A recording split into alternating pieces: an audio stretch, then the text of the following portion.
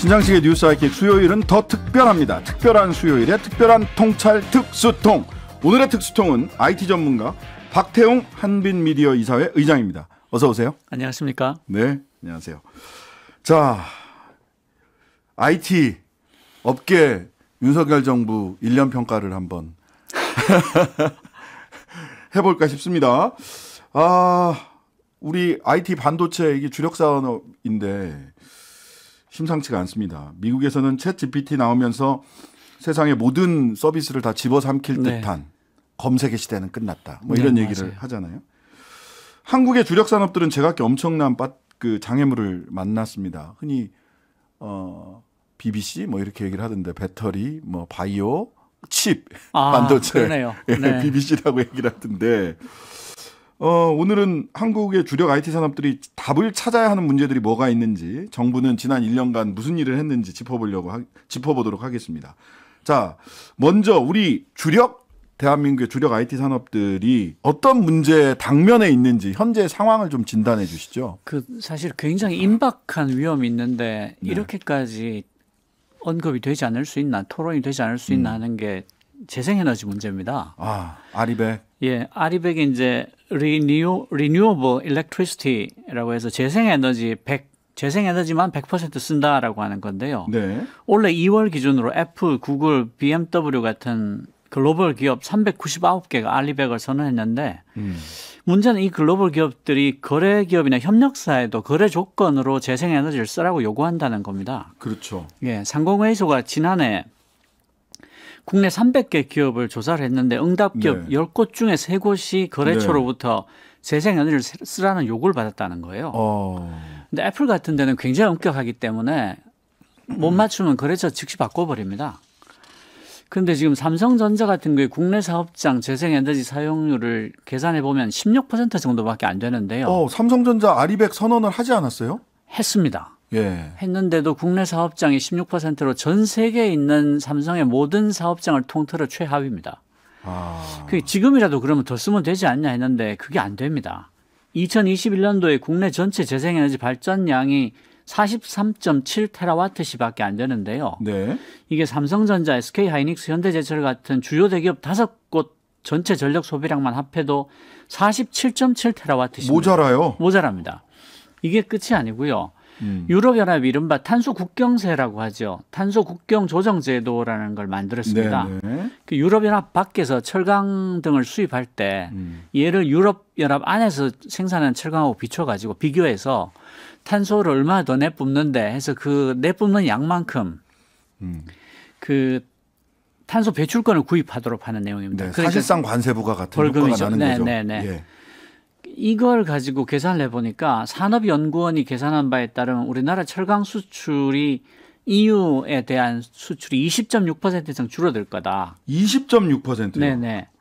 그리고 대외경제정책연구원 KF라고 하죠. 여기는 철강업계 해마다 1억 3,500만 달러의 추가 비용이 들 거다 이렇게 예견을 했습니다. 한화로 하면은 거의 뭐 2천억 원 가까이 1,600원 해마다. 거기다가 작년에 그 주한미 상공회의소 있죠. 네네. 예. 거기서 성명을 내기도 했습니다. 네. 우리는 계속 한국에서 비즈니스를 하고 싶다.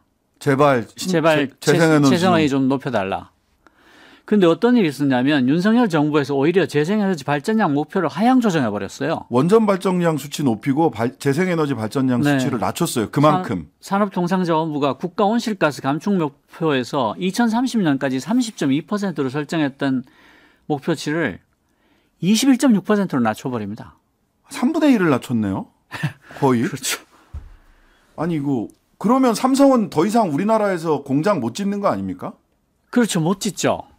그게 당장 발등에 떨어진 불인 것 같은데. 그러니까 당장 할 수 있는 일은 수출 제조업 같은 경우에는 재생에너지가 많은 나라로 공장을 옮기는 수밖에 없는 거죠. 독일로 가야 되나요? 그러면 어디로 가야 됩니까? 대만으로 가야 됩니까? 대만은 지금 국가에서 해상풍력 발전해서 재생에너지를 왕창 늘리겠다라고 계획을 이미 Anywhere but Korea 이렇게 되는 거죠. Anywhere but Korea. 한국 아니라면 어디 곳이든 신재생 에너지가 있는 곳으로 가야 될 형태입니다. 웃기는 게 용인에 300조를 투자해가지고 세계 최대 규모의 반도체 클러스터를 짓겠다고는 하는데 삼성전자 빼고 누구를 입주시키려고 하는가. 입주할 때가 근데 삼성도 입주 못하지 않나요? 거기 신재생에너지 현재로서는 재생에너지 할 전기가 방법이 없어요. 없죠. 예. 네. 재생에너지 공급 계획이 없습니다. 거기에 재생에너지뿐만 아니라 실은 에너지 공급 계획 자체가 없어요. 예, 그냥 제목만 발표한 것 같아요. 예. 심지어는 이제 강원도에 있는 삼척 화력발전소 그것도 이제 강원도 도민들은 반대하던데 거기에 있는 전기를 끌어오려면은 송배전 시설을 해야 되는데 네네네. 송배전 시설 관련된 계획이 없어요. 용인까지. 지금 오면. 송배전도 굉장히 큰 문제인 게요. 재생에너지의 특징이 마이크로 발전입니다. 예. 곳곳에서 발전할 수 있거든요. 그렇죠. 그러니까 송배전이 옛날처럼 대규모 발전소에서 일방적으로 보내던 망으로는 버틸 수가 없습니다. 아니 그럼 이렇게 되면 아리백으로 지금 쭉쭉쭉 가고 있는데 전 세계가 재생에너지 발전 비율을 이렇게 낮춰버리면 사실상 그 Anywhere but Korea라고 한다면 소위 제조업체들이 다 다른 곳으로 가버리면 산업 공동화가 대한민국에 벌어지는 게 아니냐. 산업 공동화가 될 수밖에 없죠. 예. 이거 근데 이게 너무 뻔해 보이는 일이란 말입니다. 예. 예. 근데 대통령실에서는 큰 생각이 별 계획이 없어 보이면 그럼 국회에서 법이라도 좀 제정해야 되지 그렇죠. 않을까요? 저는 국회에서라도 법을 정해라. 어떻게 해야 됩니까? 난감하지. 국회라도 좀 잘해주길 바라는 수밖에 없는데요. 알겠습니다. 야당의 역할이 필요한 부분인 것 같고요. 네. 또 이것뿐만 아니라 또 답을 못한 문제가 또 있죠. 그렇죠. 이게 어찌 보면 현 정부 1년 평가의 핵심이 될지도 모르는데요. 네. 외교가 어떻게 주력 산업의 발목을 잡는가 하는 문제입니다. 최근에 현대기아차가 러시아 공장을 매각하겠다고 했죠. 예. 1년간 버티다가 더 이상 못 버티고 매각합니다. 현대기아차가 러시아 시장 점유율이 26.5%에 달할 정도로 높았습니다. 1위였습니다. 1위. 네. 근데 왜 갑자기 매각을 하는가? 그 이유에 대해서는 다들 짐작을 하실 테고요. 미국에서도 뺨을 맞고 있습니다. 네. 현대기아차가 미국 IRA법 그러니까 인플레 감축법에 따라서 전기차 보조금을 한 푼도 못 받게 됐어요. 네, 그랬죠. 근데 현대차가 사실은 미국에 50억 달러, 6조 3천억 원을 투자하기로 결정한 적이 있죠. 그랬습니다. 바이든 대통령이 정의선 회장을 직접 면담을 하고 나서 미국을 선택해 준 데 대해서 감사하며 미국은 현대차를 실망시키지 않을 것이다. 이렇게 말했어요. 실망시키진 않은 것 같아요. 절망시켰어요. 그러니까 첨단 자동차 기술에 대한 50억 달러, 6조 원이 넘는 투자와 조지아주 사바나에 55억 달러, 7조 원을 들여서 짓는 공장이 내년 1월까지 미국에 8천 개가 넘는 일자리를 만들 거다. 네. 그 얘기는 이제 한국에서 8천 개가 넘는 일자리가 증발할 거다 이런 얘기죠. 미국에 만들어진다는 그렇죠. 얘기네요. 예. 이번 정부에서 제조업이 미국으로 돌아오고 있다. 현대차 덕분에 미국의 자동차 산업이 전환되고 있고 미래 전기 산업에서 미국의 목표가 속도를 내겠다고 낼 수 있게 됐다고 자랑을 했어요. 네. 그래 놓고는 IRA법에서 현대에 생산한 전기차를 모두 혜택에서 빼버립니다. 그랬죠. 북미산 배터리를 50% 생산하거나 미국과 FTA 자유무역협정 국가에서 가공한 핵심 광물 40%를 사용한다라는 조항을 추가해가지고 현대차를 다 빼버리는 거죠. 현대차는 지금 그 미국의 현지 공장 짓고 있는 약 빨라야 1년 뒤에 그 공장이 완공된다고 하는데 네. 1년 뒤에 공장 완공할 때까지는 그냥 보조금 대책이 못 없는 거죠. 네, 대책이 없습니다. 예. 근데 정부 측에서는 리스용, 렌트용 차량은 보조금 받을 수 있다. 이렇게 네, 현대차가 얘기하는데. 그쪽으로 열심히 팔고 있는 걸로 알고 있습니다. 예. 솟아날 구멍이 있어야 되니까 현대차는 그쪽으로 어떻게든 가보는 겁니다. 한국에서 외교로 정부가 성과를 못 내주니까.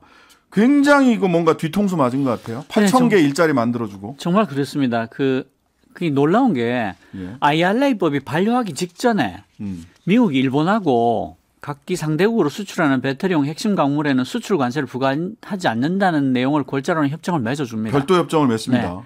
그런데 놀라운 거는 한국은 미국하고 FTA 조약을 맺은 나라고 일본은 미국과 FTA 조약을 맺지 않은 나라예요. 그렇죠. 근데 원래 FTA는 최혜국 대우라고 해서 국내국에 여기에 관계없이 똑같은 최혜국 대우를 해줘야 되는데 우리는 못 팔고 대신 FTA도 없는 일본하고는 별도의 조약을 체결하고. 그래가지고 일본은 그냥 관세 혜택을 받아요. 네. 그 인센티브 혜택을 받습니다. 그러니까 이 일에 대해서는 나라 간의 협정인데 왜 의회를 통하지 않느냐 하고 미국 민주당 안에서도 반발이 나왔는데요. 네. 사정 이런데도 최상목 대통령실 경제수석이 IRA법하고 관련한 브리핑을 하면서 완성차 업체 타격은 크지 않다. 배터리 수출에 있어서는 수혜를 받는 나라가 됐다. 이렇게 밝혔어요. 이게 배터리 수출과 관련해서는 몇 개 항목 특히 중요한 음극재인가요? 양극재인가요? 요쪽을 일부 몇 년 유예를 받은 게 있어서 네. 굉장히 성과가 좋다 이제 이런 식으로 얘기를 하던데 근데 정말로 지금 말씀해 주신 대로라면 정부가 모르고 하는 얘기인지 아니면 알면서도 뭔가 성과를 포장하기 위해서 그냥 하는 얘기인지. 그러게 말입니다. 지금 듣는 핸드기아차 얼마나 답답할지. 그 더 황당한 게 있어요. 네. 포드 사례인데요. 네. 미국 포드 자동차가 중국의 배터리 업체인 CATL하고 35억 달러 규모의 네. 인산철 리튬 배터리 공장을 짓겠다고 밝혔어요. 그랬죠. 그런데 돈은 전부 포드가 되고 CATL은 기술만 되는 것이라서 IRA법에 해당되지 않는다라고 밝히는 거예요. 그러니까 그야말로 능남가옹인데요. 미국이 지금 중국에 첨단 반도체와 관련 장비 수출하지 마라, 뭐 중국산 배터리 쓰지 마라, 뭐 이러고 우리한테 강요하고 있지 않습니까? 그런데 뒤편에서 미국하고 중국 간의 교역이 지난해 사상 최고치를 경신했어요. 아니 그러니까 자기들 우리는 중국 봉쇄 선봉대로 서가지고 네. 맨 앞자리에 지금 서 있으니까 굉장히 중국한테 얻어맞고 있거든요. 지금 무역 적자가 갈수록 커지고 있지 않습니까? 중국 그다음 지역적으로 보면 대무역 수지 보면 중국 그다음에 반도체 네. 이 두 개가 우리나라 그 대무역 수지 적자의 가장 중요한 요인인데 자신들은 사상 최고치 미중 간에는 제일 잘 먹고 잘 살고 있고 계속 늘었어요. 러시아에서는 현대기아차 공장 철수하고 있고 중국에 있는 삼성, SK 하이닉스 반도체 공장에 대해서는 오늘 미국이 뭐 새로운 요 얘기가 올 10월 달까지만 연장돼 있고 그 이후에는 신규 그 장비가 못 들어가게 하는. 네네네. 근데 요거 뭐 다른 검토로 달리 검토하고 있다 이런 뉴스가 오늘 나오긴 했습니다. 예, 원래는 미국이 중국에 있는 한국의 반도체 공장에 대해서 신규 투자를 사실상 금지하고 있었어요. 신규 장비 반입 금지 조치에 대한 유예를 원래 10월까지만 해주겠다라고 했는데 네. 오늘 미국이 반도체 장비 반입과 관련해서 새로운 방안을 검토 중이라는 뉴스가 나왔어요. 네. 연합뉴스를 보니까 복수의 소식통이 이렇게 전하더라 이렇게 돼 있어서 네. 내용이 어떻게 될지는 더 두고 봐야 되겠지만 일단 반입 중지는 더 유예가 될 것 같긴 합니다. 네. 근데 그렇다고 하더라도 특정 사양 이상의 반도체 장비는 반입 대상에서 빼겠다라거나 반도체 기술 수준에서 별도의 한도를 정하는 방식이 될 가능성이 높습니다. 그러니까 뒤떨어진 반도체를 그러니까 현재 많이 사용되는 것과 뒤떨어진 반도체를 만들 수는 있게 해준다. 예, 그런 걸 만들 수 있는 장비는 들어가게 해준다 중국에. 왜냐하면 앨런 에스테베스 상무부 산업안보차관이 지난 2월에 한 포럼에서 삼성하고 SK가 하고 있는 그 대중 반도체 수출 통제 1년 유예가 끝나면 어떻게 되냐 했더니 기업들이 생산할 수 있는 반도체의 수준의 한도를 둘 가능성이 크다 이렇게 답을 한 적이 있어요.